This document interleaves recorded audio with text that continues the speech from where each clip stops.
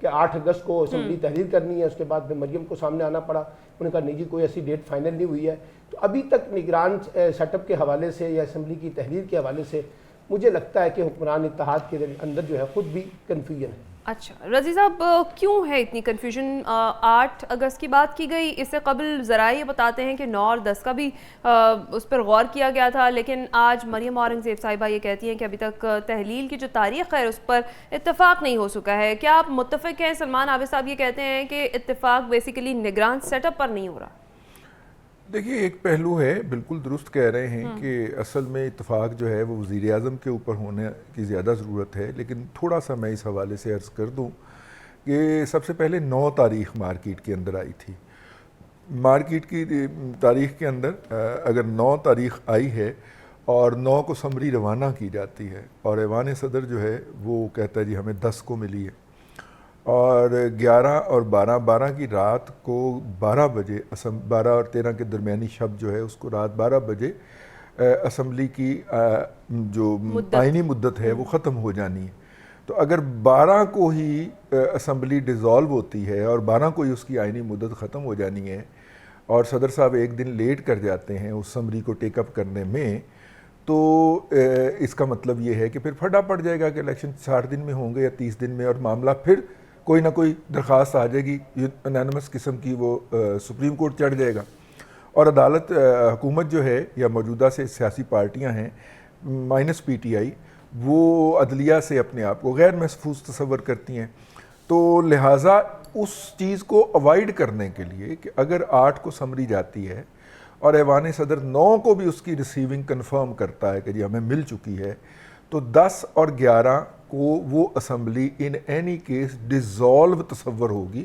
تو اگر صدر صاحب اپنے روایتی تاخیری حربے جو کہ وہ ہر موقع کے اوپر کرتے رہے ہیں اس میں کرنا چاہیں تو وہ نہ کر پائیں، یا پی ڈی ایم کی حکومت اور P D M plus Peoples Party کی حکومت کے جتنے اقدامات ہیں صدر صاحب نے اس کے اندر جو رکاوٹ ڈالی ہے وہ نہ کیا جائے. میں نے اپنے ذرائع سے جب پتہ کیا تو انہوں نے 9 کو 8 کرنے کا یہ جواز پیش کیا. تو ان سے جب میں نے دریافت کیا میں نے کہا جی وہ مریم اورنگزیب صاحبہ تو اس سے انکاری ہیں. انہوں نے کہا کہ وہ اس وقت تک انکاری رہیں گی جب تک کہ ایوان صدر سے اس سمری کی وصولی کی باقاعدہ تصدیق نہیں ہو جاتی. یہ ان کا کام ہے تو ان کا کام انہیں کرنے دیں. میں آپ کو خبر دے لیتا ہوں، خبر لے لیجئے. ایک بات ہو گئی. دوسری طرف دیکھیے اس وقت جہاں پہ پاکستان کو معیشت کا چیلنج ہے، اس وقت دوسری طرف اس کے ساتھ ساتھ پاکستان کی موجودہ جو سیاسی جماعتیں ہیں ان کو ایک چیلنج عدالتوں سے بھی ہے، سپریم کورٹ سے بھی ہے. تو یہ بھی زیر غور ہے کہ جس طرح پچھلی دفعہ نگران پرائم منسٹر بنے تھے جسٹس ریٹائرڈ ناصر الملک صاحب 2018 کے اندر، اس دفعہ بھی اعجاز چودھری صاحب یا اس طرح کے کسی جج کا نام پرپوز کر دیا جائے جن کے موجودہ لاٹ سے سینئر جج ہوں نا وہ ریٹائرمنٹ کے بعد، تو ان کا نام سجیسٹ کر دیا جائے تو یوں اس میں سے سیل تھرو ہو جایا جائے.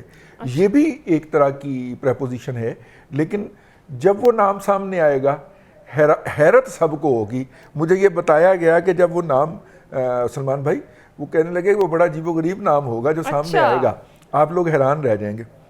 صحیح ہے. بطول آپ کیا کہیں گی، کیوں اس قدر کنفیوژن ابھی تک ہے؟ کیا واقعی یہی بات ہے کہ ابھی تک نگران سیٹ اپ پر ہی اتفاق نہیں ہو پا رہا ہے، اسی لیے جو اسمبلی کی تحلیل کی جو مدت ہے اس کے بارے سے بھی کچھ ڈیسائیڈ نہیں کیا جا رہا ہے؟ دیکھیے جو آرٹیکل 224 ایک پروسیجرل چیز ہے، اور اس میں اگر کہیں اسمبلی بھیج جاتی ہے تو اس کے جواب کا انتظار کیا جاتا ہے. پھر ایسے میٹرز میں ویکینڈ بھی کنسیڈر ہوتا ہے. تو ایک تو اس کی ٹائم لائن کیا ہونی چاہیے اور اس کا پروسیجر کیا، اس کو ضرور ذہن میں رکھنا چاہیے یا 3 یا 4 دن کاؤنٹ کرنے سے پہلے. دوسری بات یہ کہ جو صدر ہیں ان کو اگر سمری بھجوائی جاتی ہے تو ان کے رسپانس کا باقاعدہ ویٹ کیا جاتا ہے 2 دن یا پروبیبلی 3 دن، اور اگر وہ نہیں دیں گے تو 48 آورز میں اسمبلی ویسے ہی تحریر ہو جائے گی. تو اگر ہم ایک بیسک انڈرسٹینڈنگ رکھیں تو اس میں 12-13 اگست تک تو ویسے ہی ٹائم پورا ہو رہا ہے. لیکن اس بات کے امکانات ہیں اور یہ واضح بیانات سے بھی رہی ہے، جیسے مریم نواز صاحبہ پہلے کہتی تھیں کہ پہلے احتساب ہوگا پھر الیکشنز ہوں گے. آصف علی زرداری صاحب کہتے تھے کہ الیکشنز تو تب ہوں گے جب میں کہوں گا. تو یہ دونوں جماعتیں پی ڈی ایم کی نمائندگی کرتی رہی ہیں. پیپلز پارٹی کی بہت زیادہ پولیٹکنگ میں ڈیسیژن میکنگ رہی ہے، لیکن پیپلز پارٹی کا الیکشن کے حوالے سے ایک واضح الگ سٹانس رہا ہے اور نون لیگ کا ایک الگ سٹانس رہا ہے جو کہ زیادہ اگریسو اور انکلیئر تھا. پیپلز پارٹی کا کمپیریٹیولی پولائٹ اور کلیئر سٹانس رہا ہے. لیکن ہم اس بات کو بھی نظر انداز نہیں کر سکتے کہ جو کیئر ٹیکر سیٹ اپ ہے اس کی ایکسٹینشن کے بھی پورے چانسز موجود ہیں. لیکن یہ ہم اوبیسلی وثوق سے تو نہیں کہہ سکتے، لیکن سرکمسٹانشل ایویڈنس کے مطابق ایسا ضرور لگ رہا ہے کہ سیٹ اپ آئے گا، شاید اس کی ایکسٹینشن ہو جائے. When you look around you meet bureaucrat, you walk in Islamabad, آپ ریلیونٹ لوگوں سے ملیں تو آپ کو یہی پتہ چلے گا کہ ایک ایسا ماحول بن رہا ہے پروبیبلی جس میں جو کیئر ٹیکر سیٹ اپ آئے گا اس کی ایکسٹینشن ہوگی، اور اسی وجہ سے جو معیشت کی صورتحال ہے. اور اس بات کو بھی ہم اگنور نہیں کر سکتے کہ جو پی ٹی آئی کے حوالے سے جو پولیٹیکل اینگلز ہیں وہ بھی جب تک واضح طور پہ ایڈریس نہیں ہو جاتے، مے بی دا اسٹیبلشمنٹ اور the government they try to stay away اور کمپیریٹیولی ریلکٹنٹ ہو الیکشنز کروانے میں. تو یہ میرا خیال ایک بہت بڑا فیکٹر ہے، کیونکہ 9 مئی کے بعد ہی سیاسی جماعتیں ایک نیریٹو پہ کام کر رہی ہیں، اور ایگزیکٹلی نیریٹو ہونا کیا چاہیے وہ کسی بھی جماعت نے واضح طور پہ نہیں بتایا. وہ کیا نیریٹو ہونا چاہیے؟ ہمیں نئی جماعتیں پتہ چل رہی ہیں، وہ ایک جماعت ٹوٹ کے دوسری جماعتیں بن تو رہی ہیں، لیکن کیا وہ پرفارمنس کی بیس پہ آگے آ رہے ہیں؟ کیا انہوں نے IMF یا امریکہ کا کانفیڈنس حاصل کر لیا؟ ہرگز نہیں. شہباز شریف صاحب نے کہا کہ ہم نے 15 ماہ لگا دی امریکہ کو راضی کرنے میں. تو آپ کو پہلے نہیں پتا تھا کہ آپ نے یہ کرنا ہے؟ اور اگر آپ کو آپ اس کی تیاری کر کے آتے، کیونکہ آپ کے تو اپنی پارٹی کے اندر ناقدین کہہ رہے تھے کہ ہماری تیاری کوئی نہیں ہے، ہم صرف عمران خان کو برداشت نہیں کر سکتے اس سسٹم میں کیونکہ وہ ملک کے لیے ٹھیک نہیں ہے، اور اب ہم آ گئے ہیں. But we have to look into it کہ آپ نے پچھلے 15 ماہ میں کیا کیا ہے. I believe it is directly related to economy and political interest، کیونکہ ملن خود اپنے پرائم منسٹر لانا چاہتی ہے، پیپلز پارٹی اپنے پرائم منسٹر لانا چاہتے ہیں، and they would want somebody جو ان کے پولیٹیکل انٹرسٹ کو سرو کرے. ٹھیک ہے. عامر خاقانی صاحب، آپ کو ایک تو کنفیوژن کی کیا وجہ ہے؟ یہ جو ابھی تک ہے ایک تاریخ پر اتفاق نہیں ہو پا رہا ہے، اس کی وجہ مجھے بتائیے گا. اور یہ بھی بتائیے گا جیسے ابھی بطول بات کر رہی تھی کہ کیئر ٹیکر سیٹ اپ کی ایکسٹینشن کے حوالے سے جو ہے وہ باتیں کی جا رہی ہیں، کیا کسی آئینی شک کا سہارا لے کر ایسا کیا جائے گا آگے یا کیا جا سکتا ہے؟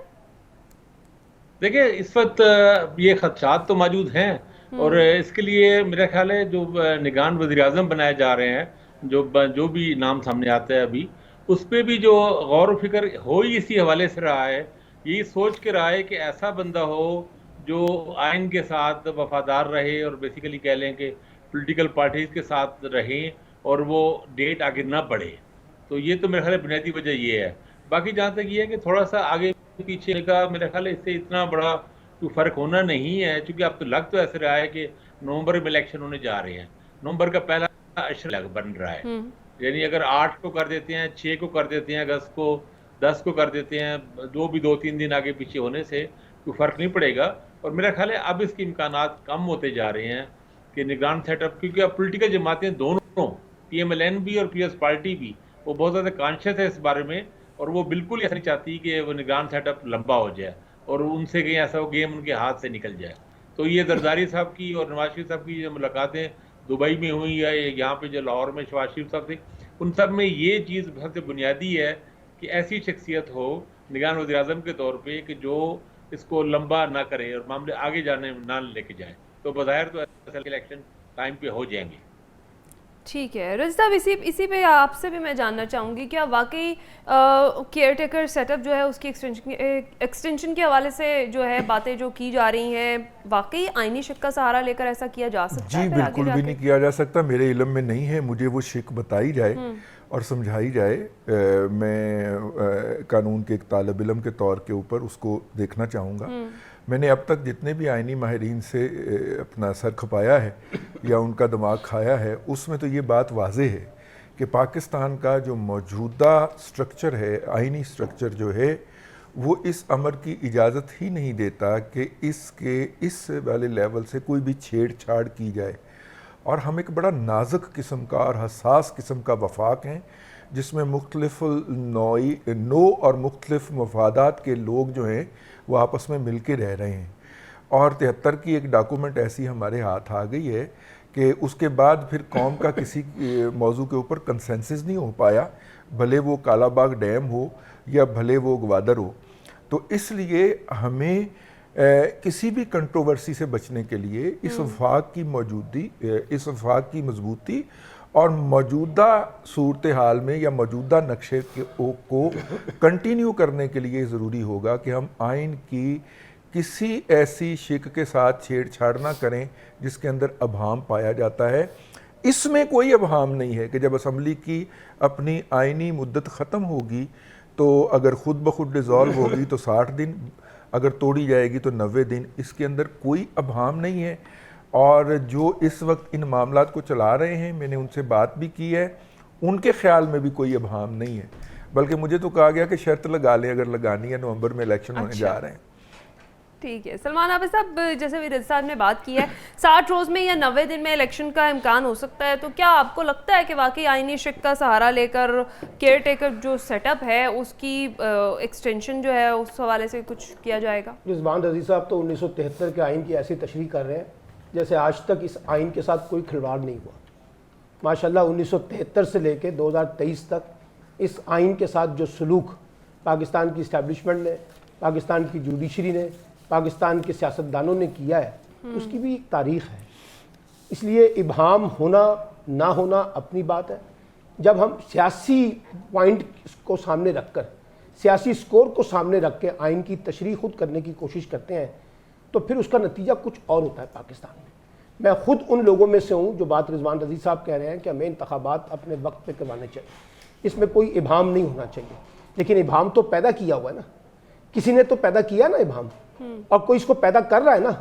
کون ایم کیو ایم کے اندر ہوا بھر رہا ہے کہ جناب آپ نئی مردم شماری کے نتائج کی بنیاد پہ انتخابات کی جو مقرر وقت پہ انتخابات ہونے اس کو چیلنج کریں؟ کون کہہ رہا ہے کہ جناب نئی مردم شماری کے بغیر ہم انتخابات قبول نہیں کریں گے؟ اور یہ گروپ کون ہے؟ کون ان کی سرپرستی کرتا ہے؟ کیا ہم بچے ہیں؟ کیا ہمیں پتہ نہیں ہے؟ تو اس لیے پاکستان کے اندر یہ کھلواڑ جو ہے آئین کے ساتھ بہت ہوتا رہا ہے. آئین تو اس بات کی اجازت بھی نہیں دیتا تھا جو پنجاب اسمبلی اور خیبر پختونخوا کے اندر ہوا ہے. اس میں بھی یہ لکھا ہوا ہے نا جو بات ابھی رضوان رضی صاحب نے کی ہے کہ اگر اسمبلی توڑیں گے تو 7 دن کے بعد، اسمبلی مدت کریں گے تو 90 دن کے بعد. لیکن کیا نا سب نے اس کے ساتھ کھلواڑ. گورنر نے کیا، صدر مملکت کی طرف سے ہوا، چیف اداروں کی طرف سے ہوا، یہ جوڈیشری کی طرف سے ہوا، حکومت کی طرف سے ہوا. کس نے کیا؟ کچھ نہیں کیا. اور صاف کہہ دیا نا حکمرانوں نے ہم نے نہیں کرانے الیکشن، جو مرضی کہتے رہے، سپریم کورٹ جو مرضی فیصلہ دیتی رہے. اس لیے اللہ نہ کرے ایسا ہو کہ انتخابات میں تاخیری حربے اختیار کیے جائیں. یہ پاکستان کے مفاد میں نہیں ہے. لیکن پاکستان میں ماشاءاللہ ایک ایسا ملک ہے جہاں سب کچھ ممکن ہو سکتا ہے. اور آئینی ماہرین ہی یہ کہہ رہے ہیں نا مجھے کوئی ماہرین نہیں ملا. اگر انتخابات میں تاخیر ہوگی نا تو آپ کو ماشاءاللہ آئینی ماہرین کا ایک پورا قبیلہ نظر آئے گا جو آپ کو جسٹیفائی کرے گا. آپ کو سیاستدانوں کے اندر ایسے لوگ مل جائیں گے، آپ کو سول سوسائٹی کے اندر سے ایسے لوگ مل جائیں گے، آپ کو اور بہت سے لوگ مل جائیں گے جو کہیں گے ہاں انتخابات نہیں ہونے چاہیے تھے. اس لیے دعا کریں، سیاستدان کوشش کر رہے ہیں، اچھی بات ہے. پیپلز پارٹی PMLN میں اتفاق نظر آ رہا ہے، بڑی اچھی بات ہے کہ انتخابات میں کوئی تاخیر نہیں ہونی چاہیے. سب کہتے ہیں کہ انتخابات میں تاخیر نہیں ہونی چاہیے، نہیں ہونی چاہیے. لیکن پاکستان میں سب کچھ ممکن ہے. یہ یاد رکھیے یہاں کون سا کام نہیں ہوا آئین کے ساتھ، قانون کے ساتھ، سب نے کیا ہے. کسی ایک کا تو نام نہیں لے سکتے. سب کے ہاتھ رنگے ہوئے ہیں اس پورے اس نظام کے ساتھ. اور سب نے آئین کو، قانون کو، سیاست کو، جمہوریت کو یہاں ایک ہتھیار کے طور پر استعمال کیا نا. اپنی اپنی مرضی کا آئین، اپنی اپنی مرضی کا قانون، اپنی اپنی مرضی کی تشریحاں، اپنی اپنی مرضی کی سیاست، اپنی اپنی مرضی کی جمہوریت، اور اس کے نتیجے کے اندر اپنی اپنی مرضی کا نظام. اور وہ نظام کون سا؟ جو ان کے اقتدار کو تقویت دے سکے، جو ان کے خاندان کو تقویت دے سکے، جو ان کی جماعت کو تقویت دے سکے. تو یہ سو سسٹم پاکستان کی پوری ہسٹری ہے، پولیٹیکل ہسٹری. ہم کیسے اس کو ڈینائی کر سکتے ہیں کہ نہیں جی آج یہ بالکل نہیں ہوگا؟ اور یہ جو کہہ رہے ہیں یہ کسی ایک خاص ایجنڈے کے تحت کہہ رہے ہیں. جو لوگ یہ ڈیبیٹ جنریٹ کر رہے ہیں، جو لوگ یہ ڈیبیٹ اٹھا رہے ہیں، الیکشن کے اندر ابہام پیدا کر رہے ہیں، یہ کسی پولیٹیکل آئسولیشن میں نہیں کر رہے. ان کو کسی نہ کسی جگہ سے کوئی نہ کوئی چیز جسے کہتے ہیں شاید ملتی ہے کہ آپ یہ سوالات پرووک کریں، یہ سوالات اٹھائیں. تو میں تو کہوں گا کہ اللہ کرے یہ سب لوگ ناکام ہو، انتخابات وقت پہ ہو. لیکن انتخابات وقت پہ نہ ہونے کی کیا وجہ نظر آ رہی ہے؟ ایک وجہ یہ بھی تو نظر آ رہی ہے نا، جس پارٹی کو آپ نے دیوار سے لگانا ہے، جس پارٹی کے آپ نے ہاتھ پیر باندھنے ہیں، جس پارٹی کے آپ نے کینڈیڈیٹوں کو انتخابات میں حصہ نہیں لینے دینا، جس پارٹی کے سربراہ کو آپ نے نظر بند کرنا ہے، نااہل کرنا ہے، جس پارٹی کے کینڈیڈیٹس کو آپ نے انتخابی مہم نہیں چلانے دینی، پہلے اس کا تو بندوبست کر لیں، پھر انتخابات کی بات بھی طے ہو جائے گی. ٹھیک ہے بطول، یہ جو مدت سے قبل اسمبلی کی جو تحلیل ہے اس کے پس منظر میں مطلب یہی راز افشا ہے پھر کیئر ٹیکر سیٹ اپ کی مدت میں ایکسٹینشن؟ دیکھیے مجھے ایک یہ بھی بات ہے اس میں، یہ بھی میں پوائنٹ ایڈ کر دوں کہ مجھے لگتا ہے کہ ابھی جو حکمران جماعت ہے they are not confident enough کہ کینڈیڈیٹس کون ہونے چاہیے، کیونکہ یہ بھی بہت پروسیجرل ہے کہ نگراں وزیر اعظم کون ہوگا، کیا اپوزیشن کا اتفاق ہو جائے گا. ویسے تو اسمبلی کے اندر ایک سو کالڈ اپوزیشن ہے، لیکن اپوزیشن تو ہے، تو اس کا مطلب ہے کہ جو بھی آئے گا وزیر اعظم اس میں پیپلز پارٹی اور پی ایم ایل این کی سے زیادہ ہوگی. تو I believe it is a golden opportunity. اور 3 دن پہلے ڈان نے ایک بڑا زبردست ایڈیٹوریل چھاپا تھا جس ٹھیک ہے، کچھ تکنیکی وجوہات کی بنا پر بطول کی جو آڈیو ہے وہ ہم نہیں سن پا رہے ہیں. جی بطول آپ اپنی بات مکمل کیجئے. جی تو میں آپ کو یہ کہہ رہی تھی کہ مجھے لگتا ہے کہ یہ بہت بڑی اپرچونٹی ہے سیاسی جماعتوں کے لیے کہ وہ بڑکپن کا مظاہرہ کریں اس انسیکیور فضا میں کہ الیکشنز کب ہو رہے ہیں کب نہیں ہو رہے. جو نگراں وزیر اعظم آئے گا اس کی انکلینیشن کیا ہوگی، extension caretaker set up کی ہوگی یا نہیں ہوگی، یہ تو ہم سرکمسٹانسز کو دیکھ کے بات کر رہے ہیں. لیکن ہونا یہ چاہیے کہ ساری جماعتوں کے سربراہان مل کے بیٹھیں جو ملک کے اندر ہیں جو ملک کے باہر، اور وہ ایک نیا فریش سٹارٹ لیں. And I believe this is possible if we set aside our egos. 9 مئی سے پہلے مذاکرات ہو رہے تھے لیکن وہ چیئرمین پی ٹی آئی کی ایگو کی وجہ سے آگے نہیں بڑھ سکے تھے. لیکن میرا پوائنٹ اپنی جگہ ہے، مجھے لگتا ہے کہ ایک کلیئرٹی ہونی چاہیے، وہ کلیئرٹی نہیں ہے. ٹھیک ہے، کلیئرٹی جو ہونی چاہیے وہ نہیں ہے. مجھے بریک کا کہا جا رہا ہے، بریک پر جائیں گے، بریک بعد واپس آئیں گے، بات کریں گے کہ فوجی عدالتوں میں سویلینز کے ٹرائل کے لیے فل کورٹ بنانے کی حکومتی جو درخواست تھی ایک بار پھر سپریم کورٹ نے اسے مسترد کر دیا. اس پر بات کریں گے اس بریک کے بعد. ویلکم بیک ناظرین. بریک پر جانے سے پہلے ہم بات کر رہے تھے کہ فوجی عدالتوں میں سویلینز کے ٹرائل کے حوالے سے فل کورٹ بنانے کی جو حکومتی درخواست ہے وہ ایک بار پھر سے مسترد کر دی گئی ہے. سپریم کورٹ نے فوجی عدالتوں میں سویلین کے ٹرائل کے خلاف درخواستوں پر وفاقی حکومت کی فل کورٹ بنانے کی استدعا جو ہے اسے مسترد کر دیا ہے، اور عدالت عظمیٰ نے استفسار کیا ہے کہ تعین کون کرے گا کہ کون سا کیس فوجی عدالت میں جائے گا. اس پر ہم بات کرتے ہیں. سلمان عابد صاحب، عام شہریوں کے ملٹری کورٹس میں ٹرائل کے حوالے سے ایک بار پھر جو فل کورٹ بنانے کی استدعا تھی وہ مسترد کر دی گئی ہے. بینچ بنتے اور ٹوٹتے رہے ہیں، حتمی فیصلے کا بھی کوئی امکان ہے یا نہیں؟ دیکھیں، ایک تو ہمارے ہاں حکومت اور عدلیہ کے درمیان ایک بلا وجہ کا میچ پڑ گیا. حکومت ہر معاملے میں فل کورٹ کا مطالبہ کرتی ہے اور عدلیہ جو ہے وہ اپنے معاملات میں سمجھتی ہے کہ جی ہم جو بینچ بنا رہے ہیں چیف جسٹس صاحب وہی کلی اختیار ہے، انہی کے پاس اختیار ہے. تو اس وجہ سے ایک ٹکراؤ کا ماحول جو ہے وہ بہت پہلے سے جوڈیشری کے درمیان اور حکومت کے درمیان ہمیں دیکھنے کو ملتا ہے. مسئلہ یہ ہے کہ جو اصل مسئلہ ہے وہ پیچھے رہ جاتا ہے. اب کیس کیا ہے؟ کیس یہ ہے کہ کیا سویلین کا ٹرائل جو ہے ملٹری کورٹس میں چلنا چاہیے یا نہیں. ہم کہاں جا کے پھنس رہے ہیں؟ فل کورٹ بنے گا یا نہیں. جی اس سے پہلے بھی یہی ہوا ہے. 3-4 مقدمات کو آپ دیکھ لیں، بنیادی نقطہ فل کورٹ کے اوپر جا کے پھنس جاتا ہے، ایشو پیچھے رہ جاتا ہے. اب جو اس وقت دلائل میں نے سنے ہیں، یعنی جو حکومتی موقف گیا ہے کل جو انہوں نے جمع کروایا، اس میں تو یہ کہا ہے کہ ملٹری کورٹ کو جسٹیفائی کیا ہے.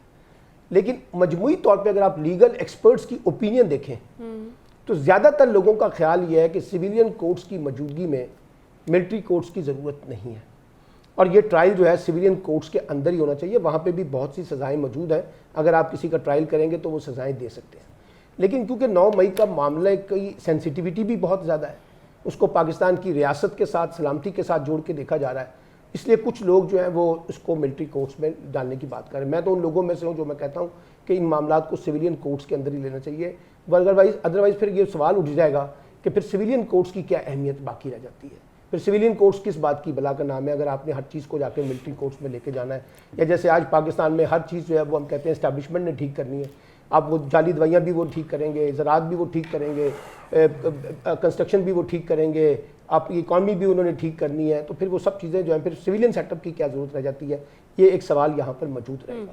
اور دوسری ایک اور بات بھی ہے کہ کہا یہ جا رہا ہے کہ کافی حد تک خود بھی جو اسٹیبلشمنٹ کے بارے میں کہا جاتا ہے کہ اسٹیبلشمنٹ شاید ان معاملات کو ملٹری کورٹس میں چلانا چاہتی ہے. وہاں پہ بھی اب سوال یہ اٹھ رہا ہے کہ جناب ملٹری کورٹس کے مقابلے میں ان کیسز کو دوبارہ اینٹی ٹیررزم کورٹس کے اندر ڈال دیا جائے.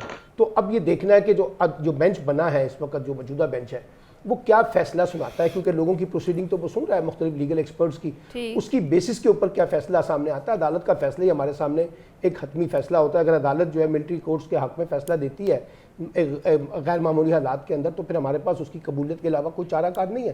اور یہ جو ملٹری کورٹس ہیں اس کے اندر پھر اپیل کا حق بھی ہے, کئی لیول کے اوپر اپیل کا حق ہے, ایسا نہیں ہے جیسے دوسرا. لیکن جو باقی جو دلیل یہ دی جا رہی ہے کہ جناب جو ملٹری کورٹس ہیں نارملی وہ ملٹری کے اپنے اندر لوگوں کے لیے ہوتی ہیں, آپ اس کے اندر سویلین کا ٹرائل نہیں کر سکتے ہیں. اب یہ بحث ہے, لیگل ایکسپرٹس ہیں, لیگل کی اپنی ہر ایک کی اپنے انداز کی اوپینین ہے. پھر اس میں سیاست بھی آ گئی ہے, یعنی حکومت نے جس طرح سے 9 مئی کے واقعات کو پولیٹیسائز کیا ہے, وہ ایک اور خاص طور پہ ایک نیریٹو کو ریبلڈ کر رہی ہے. اس کی خواہش ہوگی کہ اس کو دباؤ میں لایا جائے. لیکن ابھی تک میں یہ دیکھ رہا ہوں کہ ملٹری کورٹس کے مقدمے تو ایز اٹ از ابھی شروع نہیں ہوئے ہیں. آپ کے سامنے لاسٹ ٹائم کورٹ کے اندر ہی آ کے انہوں نے وضاحت کی اٹارنی جنرل نے, اور انہوں نے کہا کہ جی میں آپ کو گارنٹی دے رہا ہوں, میں آپ کو بتا رہا ہوں, میں بطور اٹارنی جنرل کہہ رہا ہوں کہ ابھی ہم نے مقدمے شروع نہیں کیے ہیں. صرف ان کے مقدمے وہاں کورٹ میں منتقل ہوئے ہیں, لیکن مقدموں کا سٹارٹ ابھی نہیں ہوا ہے. سو لیٹس سی کہ کورٹ کیا ڈیسائیڈ کرتا ہے اور کس طریقے سے ان چیزوں کو لے کے چلتا ہے, وہی حتمی فیصلہ ہوگا. باقی رہ گئی یہ جو پالیٹکس چل رہی ہے نا کہ جی فل کورٹ اور نان فل کورٹ والی بحث, اس کا کوئی حاصل نہیں ہے. یہ جس دن سے یہ مسئلہ شروع ہوا ہے آپ کے یہاں کے ہر مسئلے کا حل جو ہے نا وہ انہوں نے نکال لیا فل کورٹ, اور انہوں نے سمجھ لیا کہ نہیں فل کورٹ تو ہم حکومت کے کہنے پہ تو نہیں بنائیں گے, ہمارا اپنا آئینی حق ہے, چیف جسٹس کا صوابدیدی حق ہے, وہ بنے گا. کیونکہ جو فیصلہ ہوا تھا پروسیجر ایکٹ والا جو ہے وہ تو ابھی تک کورٹ میں چیلنج ہے, اس کا بھی فیصلہ نہیں ہوا ہے سامنے. ٹھیک ہے.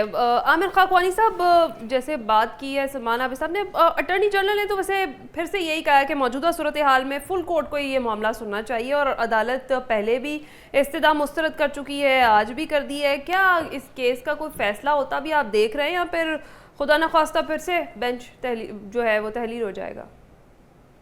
اچھا دیکھیں نا, فل کورٹ کا مطالبہ تو 2 اعتبار سے تو بالکل ہی ناقابل فہم ہے. اس لیے ناقابل فہم ہے, فل کورٹ کا مطلب ہے کہ سپریم کورٹ میں 16 ججز ہیں, 16 کے 16 ججز بینچ میں بیٹھے ہیں. اب پوزیشن یہ ہے کہ 2 جو سینئر موسٹ ججز ہیں, جسٹس قاضی فائز عیسیٰ صاحب اور سردار طارق مسعود صاحب, وہ تو معذرت کر چکے, وہ تو کہہ چکے ہیں جب تک کورٹ اینڈ پروسیجر ایکٹ کا کوئی فیصلہ نہیں ہو جاتا ہم کسی بھی بینچ میں نہیں بیٹھیں گے. اس بینچ کو چھوڑ چکے ہیں. تیسرے جج جسٹس منصور علی شاہ پر یہ اعتراض کیا گیا, اور انہوں نے کہا کہ کیونکہ میرے ایک رشتہ دار جسٹس جواد خواجہ وہ خود لے کر آئے ہیں پٹیشن, تو میں بھی نہیں بیٹھ رہا. 3 ججز تو ہٹ چکے ہیں اس سے, یعنی اس کا مطلب ہے فل کورٹ تو بننا ممکن ہی نہیں ہے نا. میں بالکل ہی نہیں سمجھ پایا کہ یہ حیران کن مطالبہ کیوں کیا حکومت نے کہ 16 میں سے 3 ججز نہیں ہوں گے.